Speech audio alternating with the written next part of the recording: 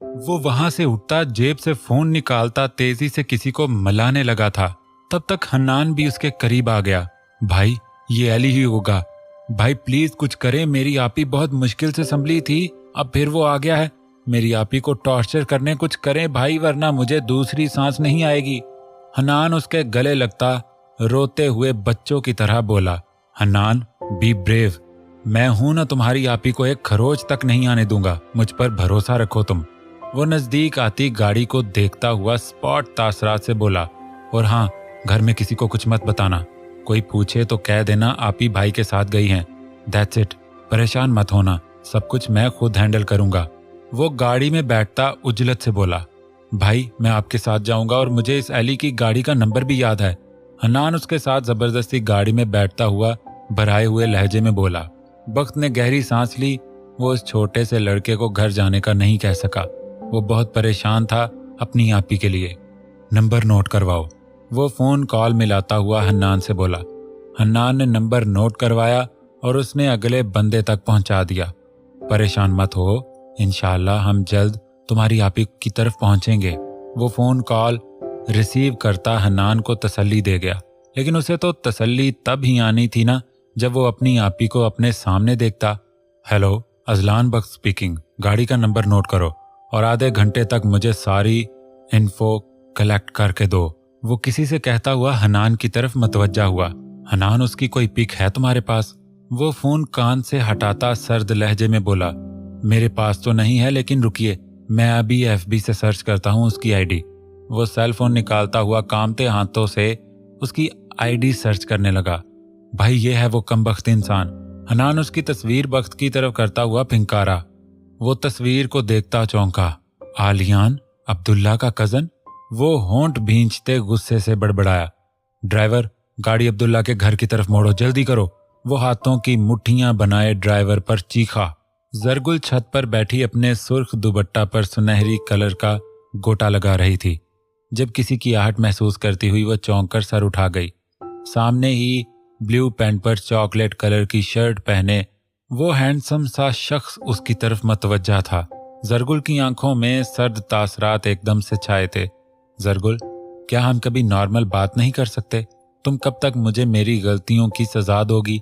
Please अब बस कर दो, मैंने तुम्हारी बेरुखी बहुत अरसा झेली है, अब बस कर दो यार। वो उसे उठता देखकर उसके करीब आता दर्जीदा लहजे में बोला, जिस पर वो रुकती उसे देखने लगी। आपको वो दिन याद है जब मैं आपके पास आई थी और आपने कैसे बेरुखी से मुझे अपने कमरे से निकाल दिया था? याद है वो दिन आपको? अगर नहीं तो मैं याद दिला देती हूँ आपको। वो उसके करीब आती गुस्से से बोली। ख़याम उसे देखता उसी वक्त में चला गया था। वो यूनी के लिए तैयार हो रहा था जब वो चौंका। जरगुल छोटे से ट्रे में चाय का कप रखे उसके लिए लाई थी। चेहरे पर उसके परेशानी थी। वो एक हाथ से दरवाज़ा बंद करती उसके करीब आई। ख़याम, अम्मी ने मुझे थप्पड़ मारा। वो गाल पर हाथ रखती हुई उससे बोली, जैसे उससे अम्मी की शिकायत की हो। क्यों मारा तुम्हें आंटी ने? वो परेशानी से उसके चेहरे को देखता उससे पूछने लगा। मैंने कह दिया मैं ख़याम से शादी करूंगी, वो मासूमियत से बोली। वो उसे देखता लब भींच गया। तो तब ही मामी ने अम्मी से बदतमीजी की और उन्हें धमकी दी थी। वो उसे देखता आंखें मींच गया। जरगुल, अगर मैं तुमसे एक बात कहूं तो मानोगी? वो गहरी सांस लेता उसे देखता हुआ बोला। क्या? वो धीमे से उसके चेहरे को देखते हुए बोली, तुम साकिब से मंगनी कर लो यार। उसके सर्द अल्फाज जरगुल के इर्द गिर्द सूर बनकर घूमने लगे। क्या? वो सदमे से पूछने लगी। जरगुल, मैं नहीं चाहता तुम मेरी वजह से सबकी नजरों में आओ। मैंने तुम्हें अपनी तकदीर पर छोड़ दिया है। अगर तुम मेरे नसीब में हुई तो मुझे मिल जाओगी, वरना कभी नहीं मिलोगी। तुम कर लो साकिब से मंगनी, इसी में मामी की और सबकी खुशी है। वो उससे रुख मोड़ता बेरुखी से बोला, जिस पर जरगुल के हाथ से चाय का कप छूटकर जमीन बोस हुआ था। वो आंखें मींचता खुद पर कड़े पहरे बिठा गया। आप ये क्या कह रहे हैं? मैं आपके लिए सबकी नजरों में आने के लिए तैयार हूँ। अपनी माँ के ऐसे हजारों थप्पड़ खा सकती हूँ। आप फिक्र मत करें, मैं आपके लिए कुछ भी सह सकती हूँ। आप बस मेरा साथ दें, मुझे कभी छोड़िएगा मत। वो उसके सामने आती हुई बौखलाए हुए लहजे में बोली। जरगुल प्लीज, मैं नहीं चाहता तुम्हारे साफ किरदार पर कोई उंगली उठाए।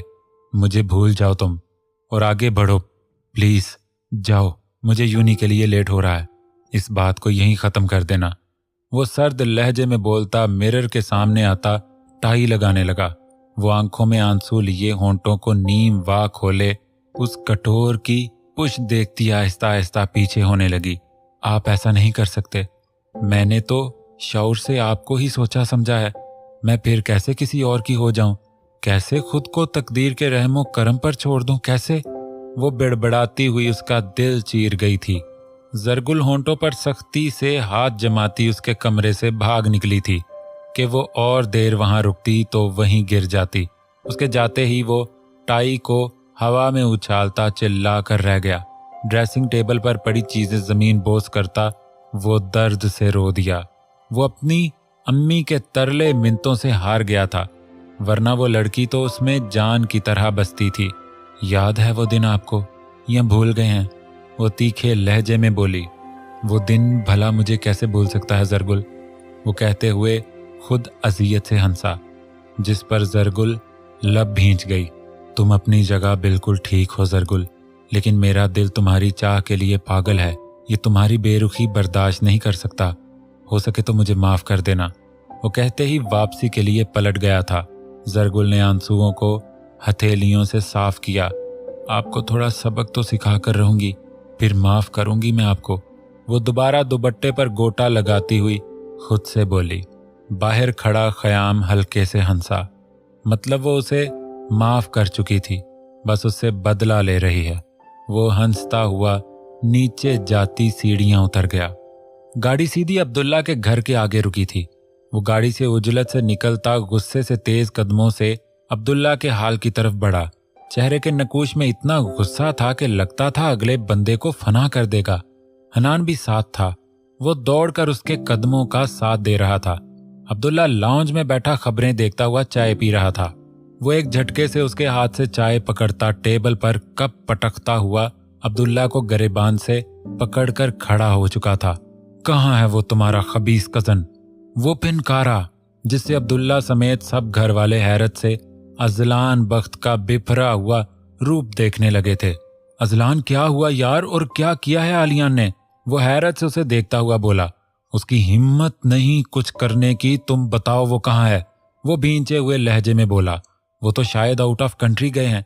कल कह रहे थे वो 1-2 दिन के लिए आउट ऑफ कंट्री जा रहे हैं। अब्दुल्ला की वाइफ शुमाइला ने जल्दी से बताया। वो अब्दुल्ला का गिरेबान झटकता हुआ जाने के लिए पलटा। रुक तो यार, हुआ क्या है? क्या किया है उसने? तो मुझे बता।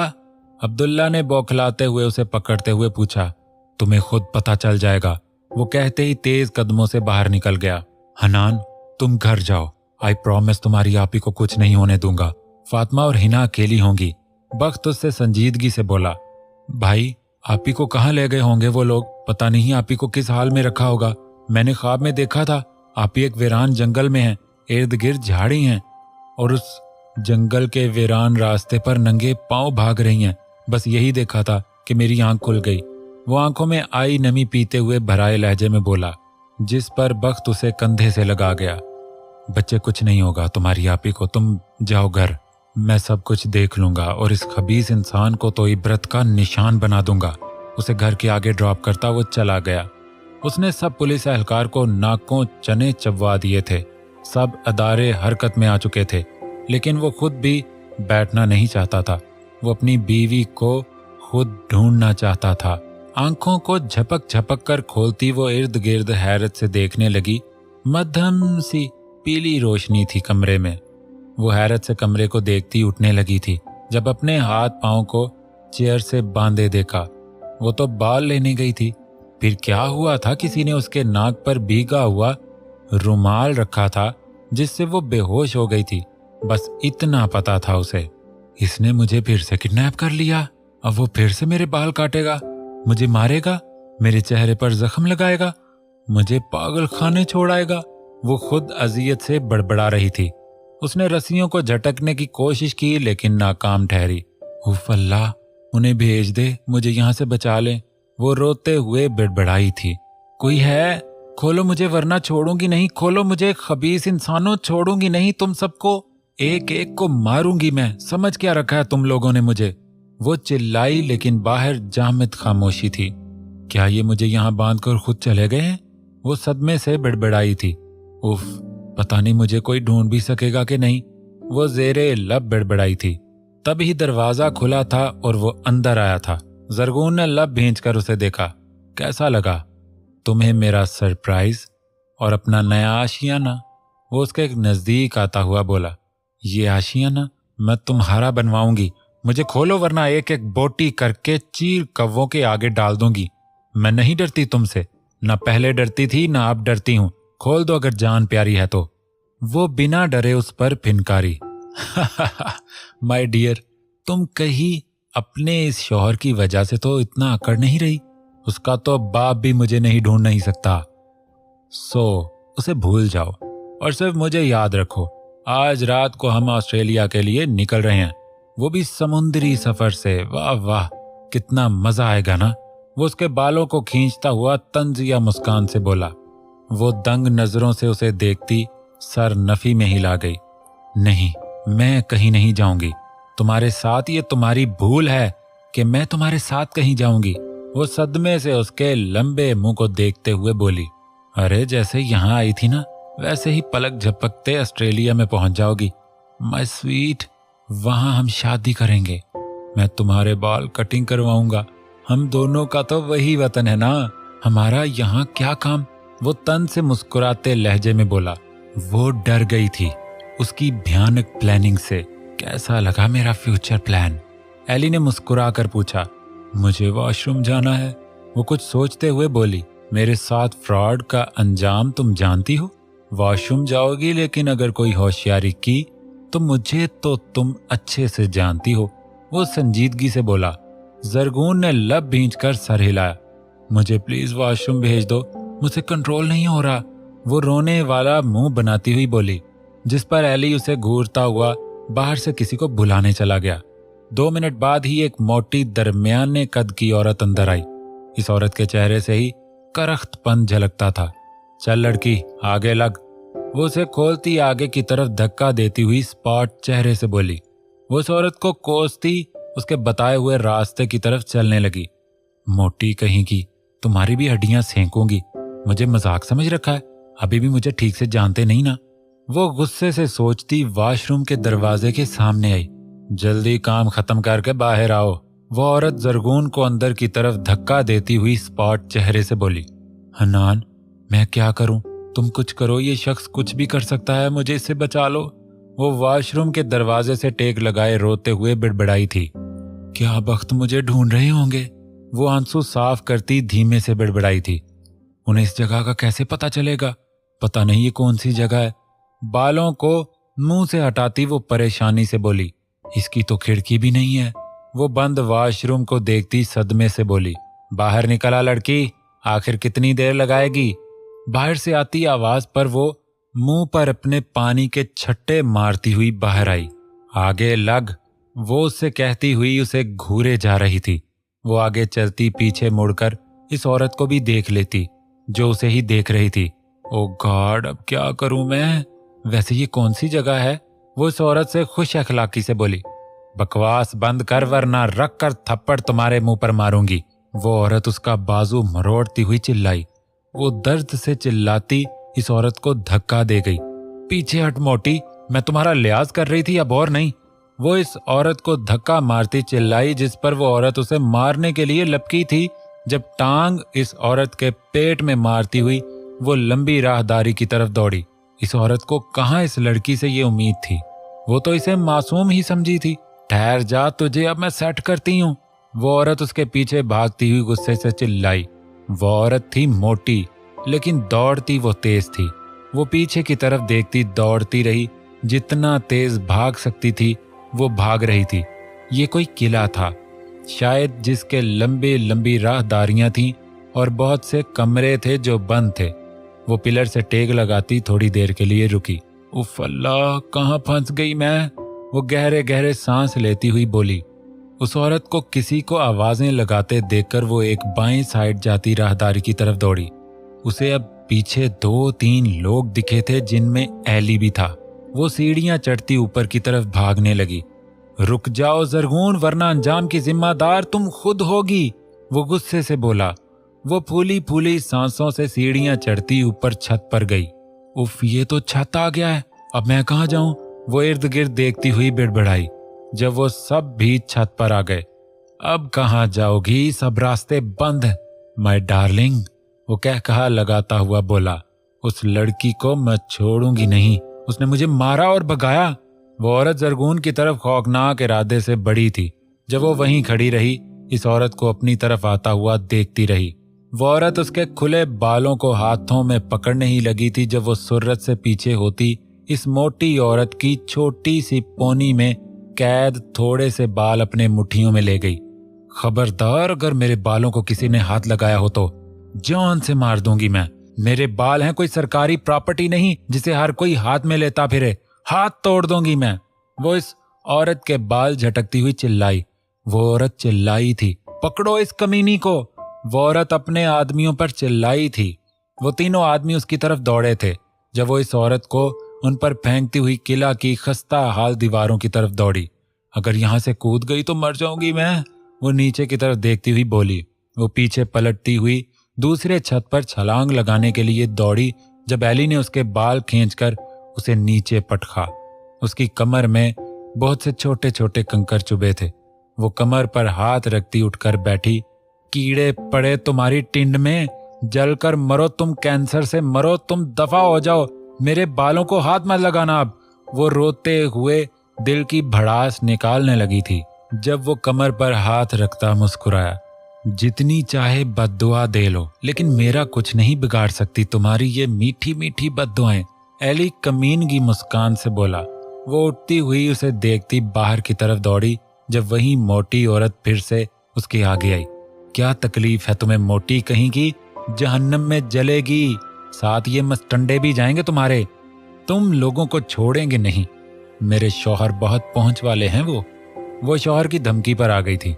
तुम्हारा शौहर क्या बिगाड़ लेगा हमारा? हाँ, तुम्हें गायब हुए 4 घंटे हो गए और वो तुम्हें तलाश नहीं कर सका। हाँ, कितना लवर्स है तुम्हारा शौहर, मुझे तो बहुत खुशी हो रही तुम्हारी ये बेबसी देखकर, मानो दिल में ठंड सी पड़ रही है, एली ने कमीनगी से कहते ही कहा लगाया था। उसके साथ उसके सब आदमी भी हंसने लगे थे। जब हवा में हेलीकॉप्टर की तेज आवाज गूंजने लगी थी, सब चौंक कर ऊपर घूमते हेलीकॉप्टर को देखने लगे थे। हनान ने चौंक कर अपने सामने चाय रखती फातिमा को देखा। वो गहरा सांस लेता, सुर्ख आंखें मसलता सर झुका गया। आप इतने परेशान क्यों हैं और जरगून भाभी कब आएंगी? वो मुखालिफ साइड पड़े सोफे पर बैठती हुई फिक्रमंदी से बोली। आ जाएंगे कल तक, वो सर झुकाए ही बोला। आप क्यों इतने गमजदा लग रहे हैं? अगर कोई परेशानी है तो प्लीज शेयर विद अल्लाह।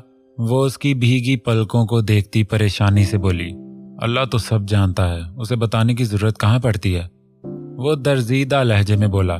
बिल्कुल, वो सब जानता होता है, लेकिन अगर हम उससे किसी अलग कोने में बैठकर रो कर अपनी बात शेयर करेंगे तो यकीन करें इससे दिल को बहुत तसल्ली होती और हमारा वजूद बहुत हल्का हो जाता है।